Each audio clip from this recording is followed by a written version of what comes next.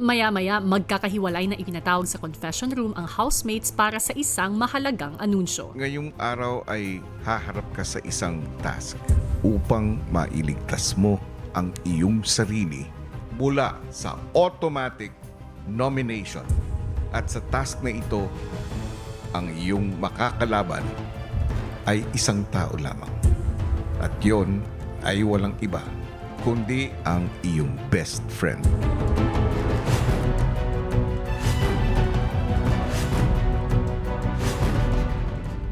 Para sa kanilang League Task Challenge, bawat housemate ay mag-uunahang mailagay ang kanilang pamato sa League Task Zone. Para magawa ito, bawat isa ay kailangan makagawa ng successful bottle flip. Dalawa ang kanilang pwedeng gawin kapag napatayo ang bote. Una, maaaring iusog ang sariling pamato papalapit sa ligtas zone. O pangalawa, maaaring iusog ang pamato ng kalaban papalayo sa ligtas zone. Ang unang pamato na makarating sa ligtas zone ang mananalo.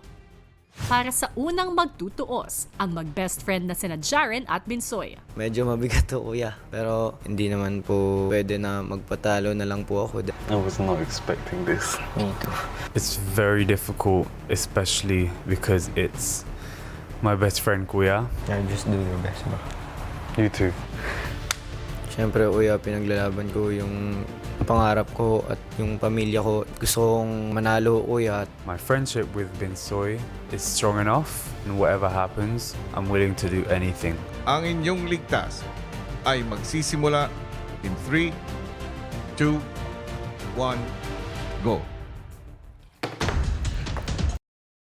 I just thought I was going to try my best and really try land the bottle as many times as I can.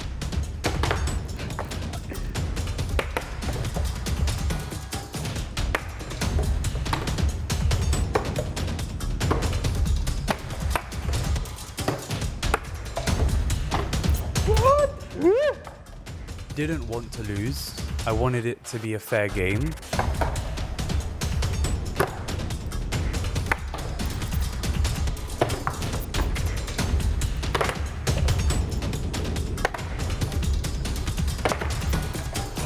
Napakahalaga po sa akin na ipaglaban ho yung pwesto ko dito sa bahay niyo, kuya, dahil hindi ko pa ho naranasan talaga na maging nominado, kuya. This time I was definitely thinking more about myself, so I definitely wanted to win. Medyo naiinis nga ako sa sarili ko, kuya, dahil hindi ko ho talaga mapatayo na maayos ho yung battle ho, kuya.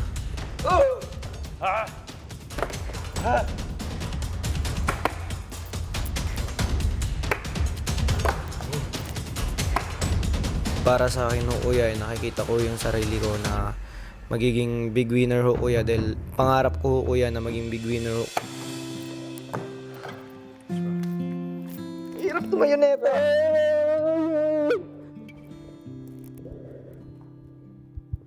Congrats, brother. Jaren, ikaw ang nanalo.